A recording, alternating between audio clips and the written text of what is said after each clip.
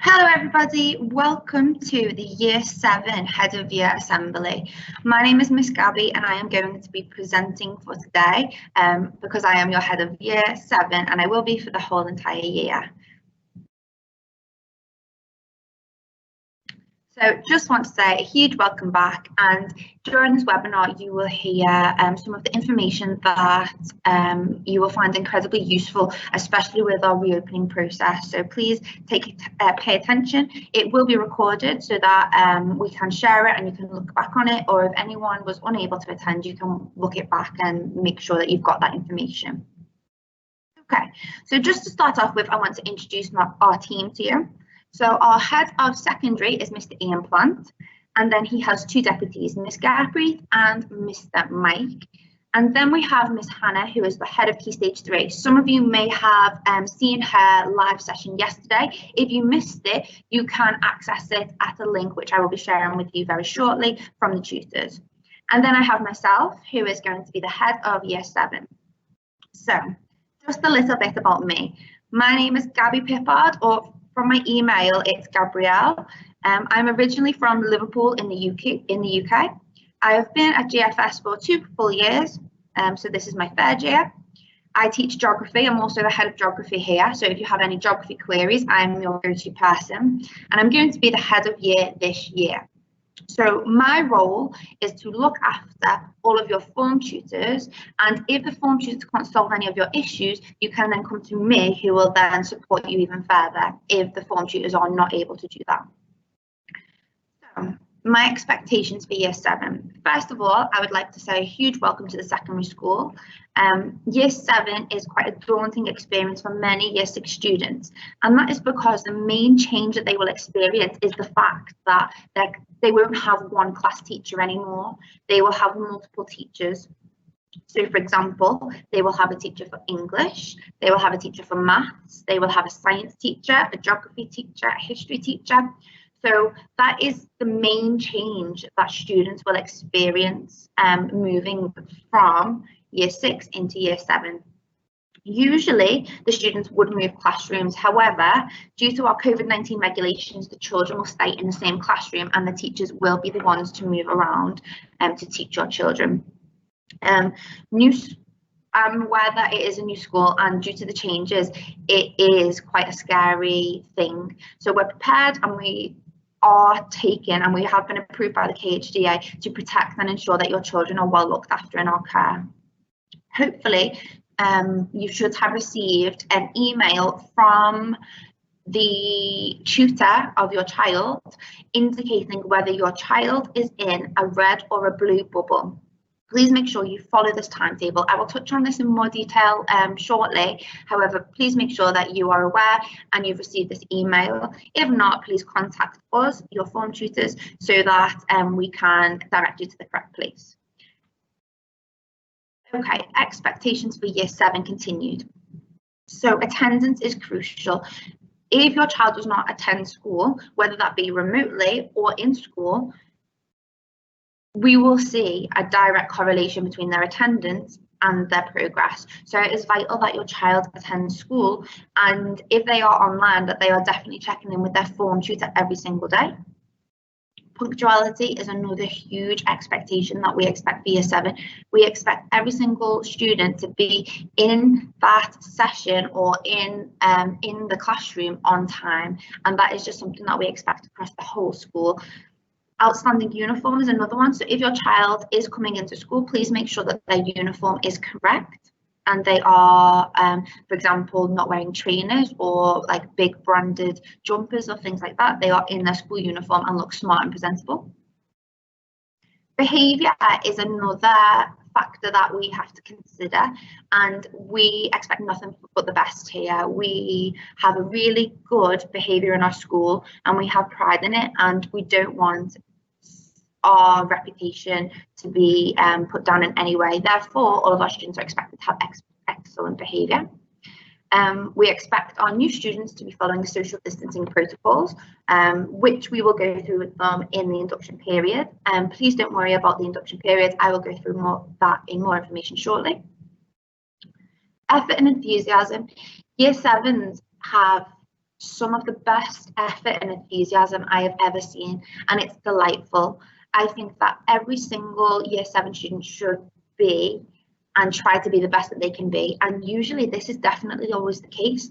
So I think that every Year 7 should be excited about being able to come to this new school, have a fresh start, and be excited about the opportunities that are available, because now more than ever we've got lots of opportunities for independent learning, which brings me on to my next point. Students should be responsible for their own home learning and independence, and more so than ever we expect this to be the case more so in the secondary school. So it's a brilliant opportunity being online for them to develop this even further.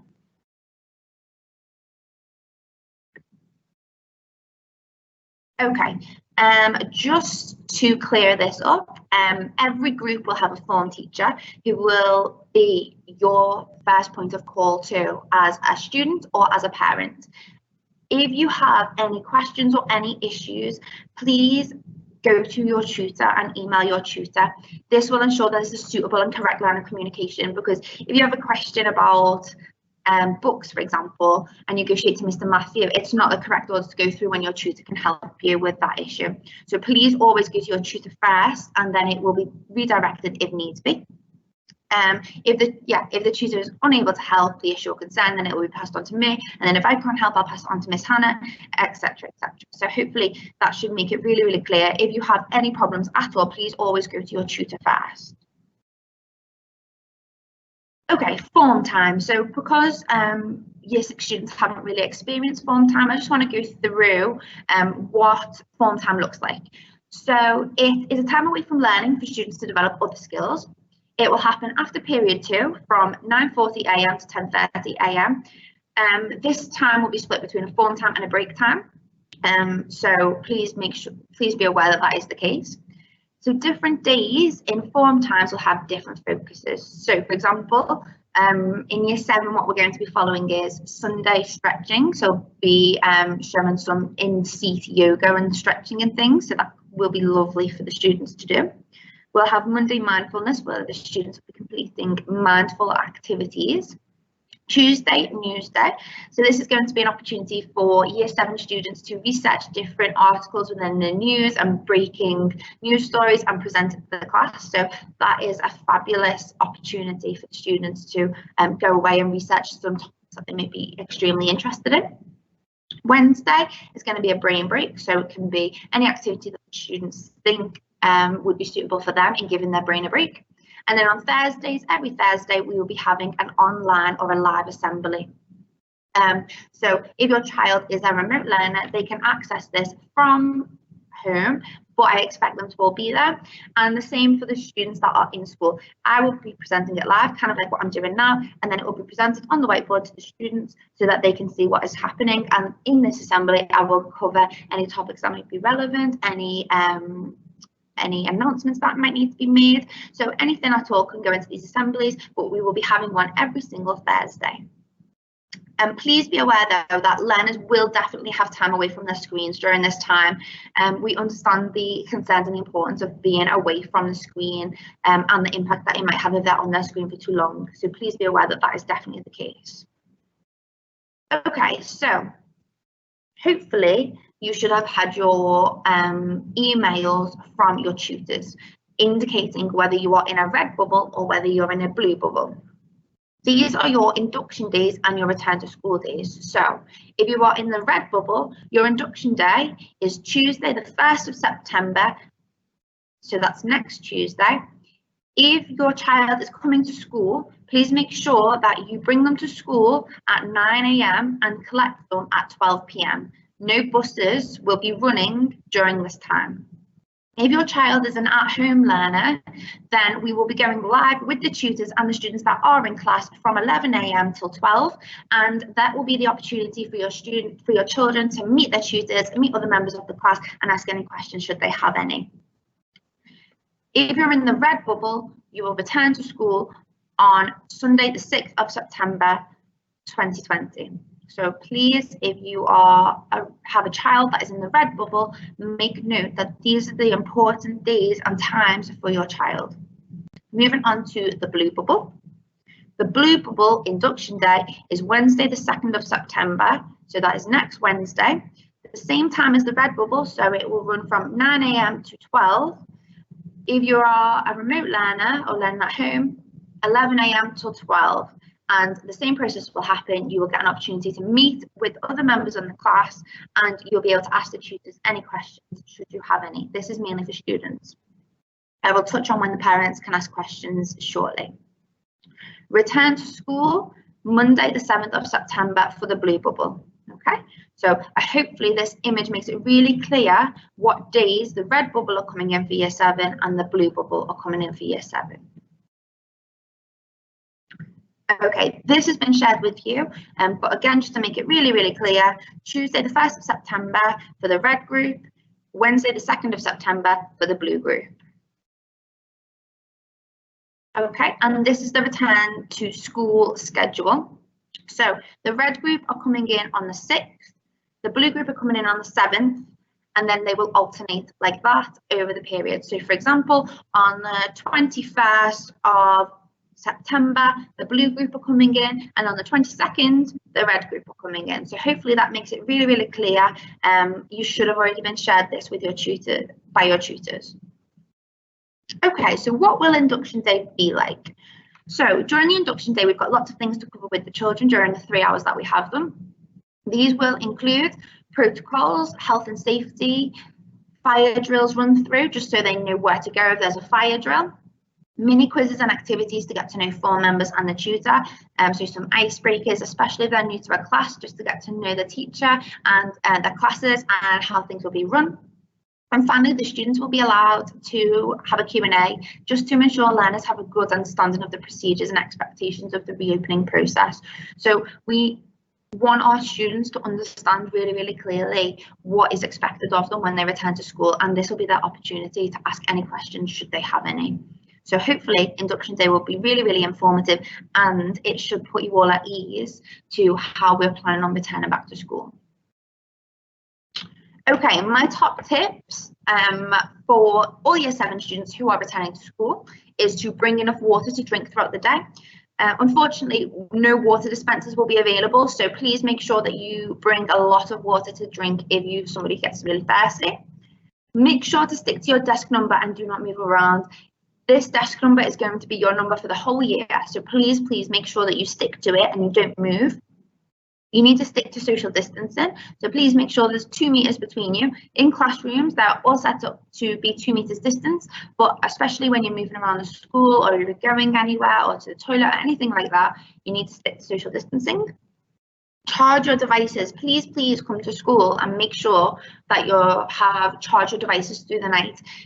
This is super important because we don't want people to be running out of iPad batteries or laptop batteries during the school day.